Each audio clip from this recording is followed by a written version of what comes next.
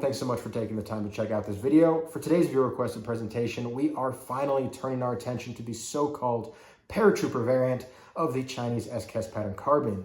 Among other things, today we'll be covering what they are not, and perhaps most interestingly, why I sometimes refer to them as the most annoying of all SKS variants. Spoiler alert, I actually really do like these things, but we'll unpack that apparent contradiction soon enough. We aren't here to waste time today, so let's get right into it. So what the heck is this so-called paratrooper variant? Well, as is so often the case among collector-defined categories of Chinese rifles, that's a bit unclear. Not everyone who uses this term agrees on exactly what is and isn't included. That said, there's at least one common denominator among all competing definitions, and that is reduced barrel length. If the term paratrooper conveys anything at all, it tells you that we are talking about an SKS pattern carbine with a barrel length of less than the mil-spec standard of 20 1/2 inches. That said, for the purpose of this video and this video only, I will be offering the following working definition. A Chinese paratrooper is a commercial non-conventional SKS pattern carbine, which incorporates an approximately 16.5-inch barrel and uses or has the ability to use a standard Type 56 carbine gas system and feed system. So let's break that definition down. Commercial non-conventional is a term I use to refer to Chinese SKS pattern carbines which were manufactured, assembled, or converted for sale on the commercial market and incorporate at least one core design feature which departs from the accepted variations of the military Type 56 carbine. In other words, these are Chinese commercial rifles which include a design element or construction type which was never observed in military service. In the case of the paratrooper variant, that critical design element is the 16.5-inch barrel, which indeed was never adopted for Chinese military service. Let there be no confusion here, despite the cool, some might say very cool, and potentially plausible sounding name, no short-barreled SKS pattern carbines were ever formally adopted by the Chinese military, let alone by the PLAAF Airborne Corps. There are many examples throughout history in which prominent weapons were cut down or otherwise modified for use by paratroopers in airborne operations, but this is not one of them. Later in this video, we will explore the question of whether or not these could have served in a military role, but for now, what we need to understand is that they didn't. Anytime you see a Chinese SKS pattern carbine which was imported with a barrel length of less than 20.5 inches, regardless of any other markings or features present on that weapon, the fact is that the Chinese cut that barrel down in the 1980s or 1990s for the explicit purpose of making that weapon more appealing to Western consumer markets. Like it or not, that's the truth here. Now, the last thing we need to unpack from my working definition is that final caveat about paratroopers needing to use or needing to be able to use a standard gas system and feed system.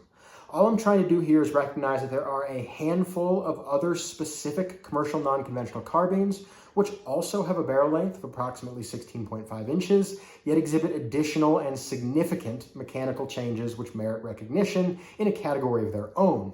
Great examples of the types of variants I'm talking about here would be the SKS-S, which features a modified short gas system, and the SKS-M, which features that same modified short gas system along with a heavily modified feed system designed to use detachable Kalashnikov pattern magazines.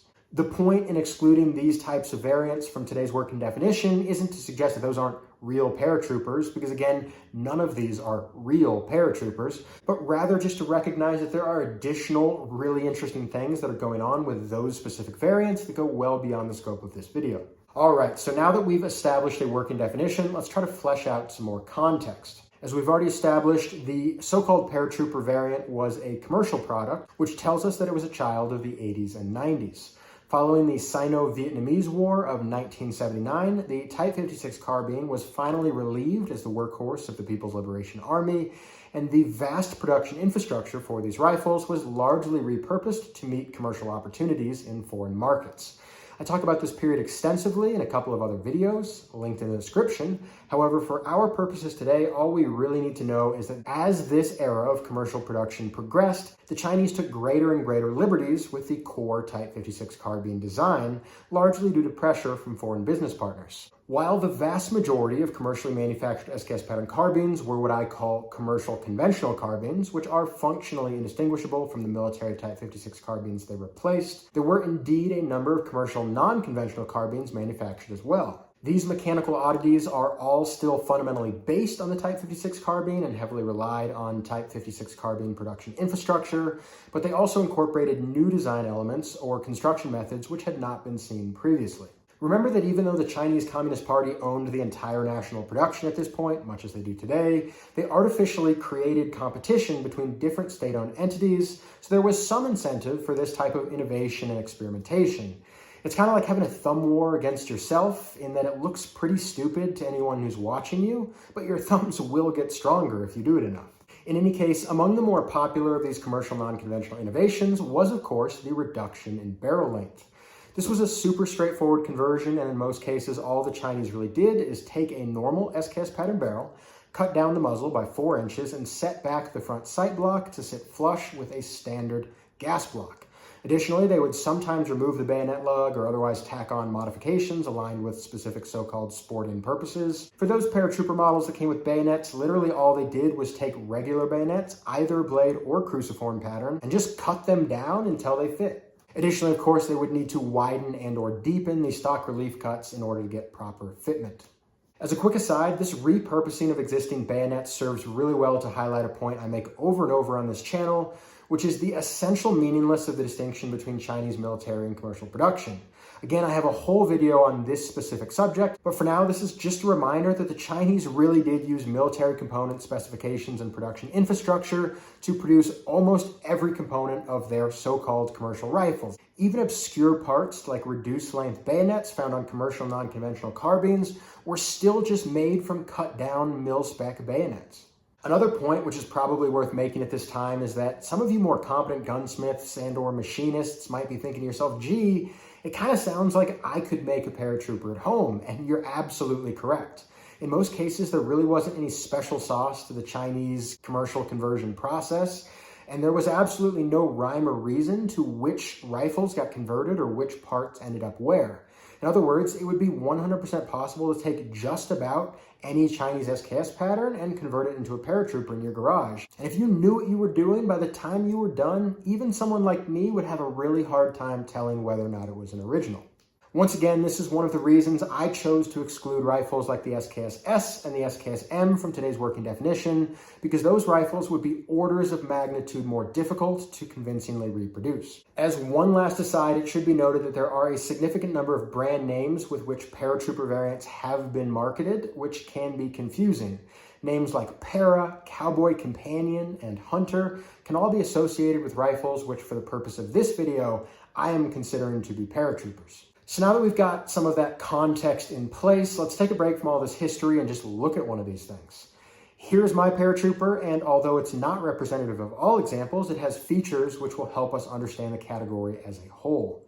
Right off the bat, we notice that my example is currently riding in a Chinese FRP stock. I originally got this paratrooper without a matching stock, and as previously established, there are literally no rules as to what is or is not correct for this variant, so I thought a non-serialized FRP stock would make for an appropriate and aesthetic complement.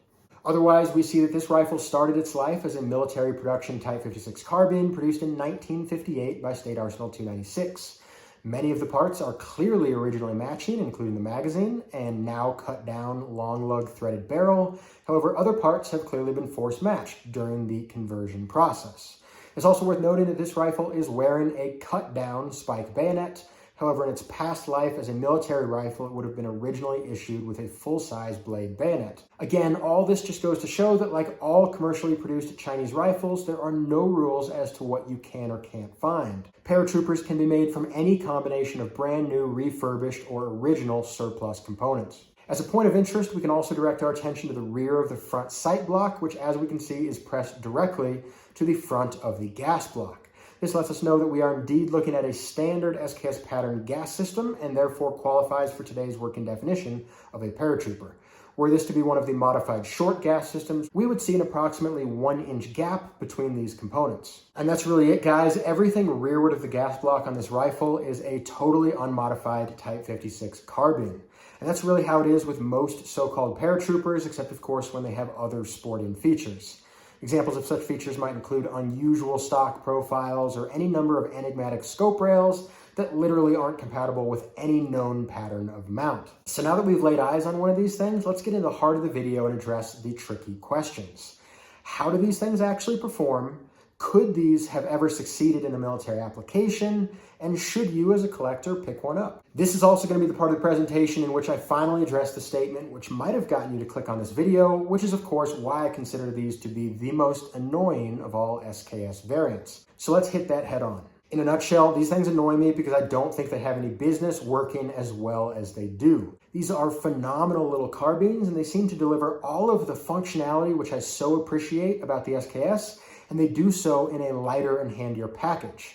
The reason these things keep me up at night isn't because they are good, but rather because they are too good. And I can't shake the feeling that this might have been what the SKS was supposed to be all along. Stick with me on this one. Despite what some viewers of my "Is the SKS Obsolete" video may have thought, I am now and always have been a huge advocate for the functional merits of the SKS design. As much as some people struggle to accept that something can be both obsolete and yet truly amazing at the same time, I really do think that appreciating this contradiction lies at the heart of recognizing the true brilliance of the SKS. Take a step back for a second. We're talking about a straight-stocked, iron-sighted carbine which feeds from a Mauser-style stripper clip-fed fixed internal magazine. There is no room for debate as to whether or not this design is obsolete. It was categorically outdated before it even entered production. If you and I were standing there together in the late 1950s watching the production lines at Tula grind to a halt, we would be crazy to think we were observing anything other than the unremarkable demise of a developmental dead end, a weapon designed for a niche that never actually existed. This rifle's feature set was anachronistic even then, 65 years ago, in a world which was now populated by second-generation assault and battle rifles like the G3, Armalite rifle, Kalashnikov, FAL, and others. If I told you then this is not the end of the SKS, its story hasn't even begun yet, you would call me a lunatic. Let alone if I told you that this weapon was going to spend the next half century earning combat accolades in major conflicts on 4 continents and achieving production numbers which would make it the 3rd most produced auto-loading rifle in human history. Pretending like the success of the SKS was any less improbable than it actually was is to deny this rifle its greatest accomplishment, which is that it truly defied all rational expectations, not the least of which were the expectations of its own Soviet creators. The reason we are all taking time out of our day to talk about this rifle 8 decades later is not because it was a forward-thinking design, because it wasn't. Look away and look back again. This thing is conceptually ancient. The reason this rifle inspires so many, remains viable, and quite frankly just refuses to die is because within the constraints of its obsolescence, it is brilliantly engineered, perfectly balanced, and uncompromisingly utilitarian. I'm sure I'll extend that little rant at some point on the channel, but for now, my only point is that I have enormous respect for the engineering that went into the SKS, because I know as well as anyone that the engineering had to be nearly perfect in order to explain how such an outdated design achieved such success. And it drives me absolutely crazy to think that something so simple as chopping 4 inches off of the barrel could have made this nearly perfect rifle that much better. And yet I really do think that is the case here. So what do we gain when we chop the barrel? Above all else, mobility. The commercial paratrooper is lighter and handier than the military model, and those were 2 of the defining traits which contributed to the SKS's success as a platform. What do we lose when we chop the barrel? Seemingly nothing worth mentioning. Velocity and energy? Not with a 7.62x39. That cartridge gets up to speed by about 13 inches, so any loss between 16 and 20 inches is negligible. We are talking about under 5% for both. Accuracy? Quite the opposite. All else being equal, a shorter barrel is a stiffer barrel, and a stiffer barrel is a more accurate barrel.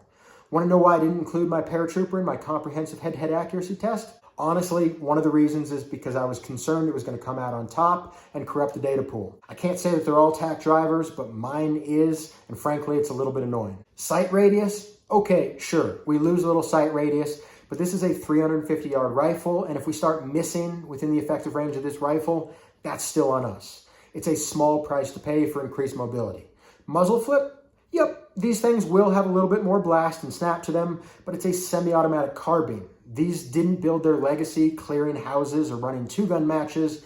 They did it taking well-aimed shots across jungles, deserts, and rooftops. Really, the only meaningful potential drawback I can identify with the chopped down SKS pattern carbine is reduced dwell time. And the thing is, I'm really just not seeing that translate into issues on the range. It's absolutely worth considering that we might start to see short stroking under particularly adverse conditions. And maybe one day this channel will be big enough to make an in-range mud test or a Garand Thumb ice test happen. But until then, all I can say is that commercial paratroopers seem to run with the same boring reliability of their military big brothers. So is it possible that such an obvious upgrade was simply overlooked by all of these SKS producing nations? Unfortunately, I think that's a clear yes, historically. The entire world, especially the Eastern Bloc, has a rich and well-established history of clinging on to long barrels, even when all evidence points to the merits of a shorter barrel. Look at the Mosin, the SVT, the SVD, the PSL, the list goes on.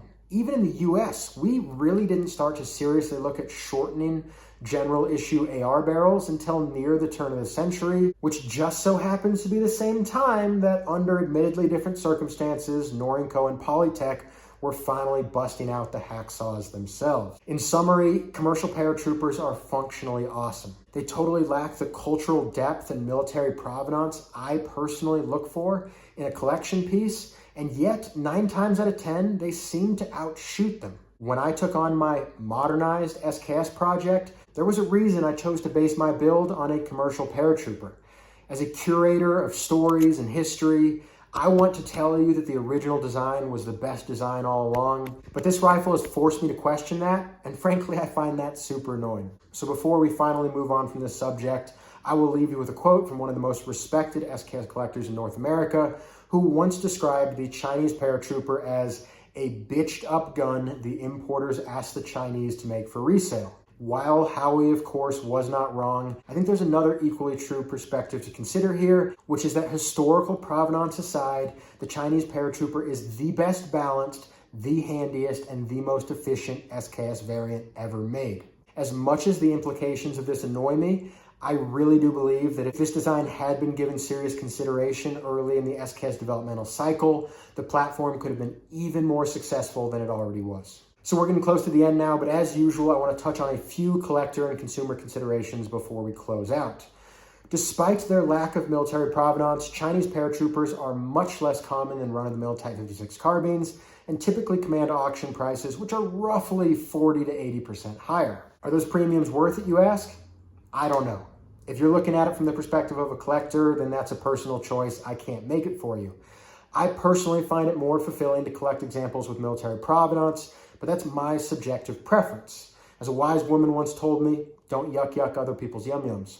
If that's what you're into, there is no reason a commercial paratrooper can't be a highlight or even a centerpiece of your SKS pattern carbine collection. From the perspective of a shooter, honestly, yes, I really do recommend these.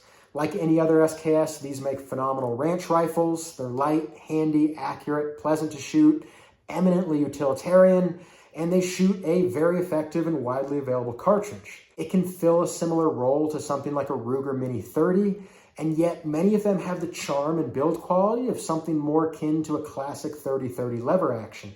What's not to like about that? So regardless of whether you're a collector, a shooter, or both, I can say that if you ever see one of these for a price you can live with, I doubt you will regret giving one of these a chance. How bad can a rifle really be if the worst thing I have to say about it is that I'm annoyed by how good it is?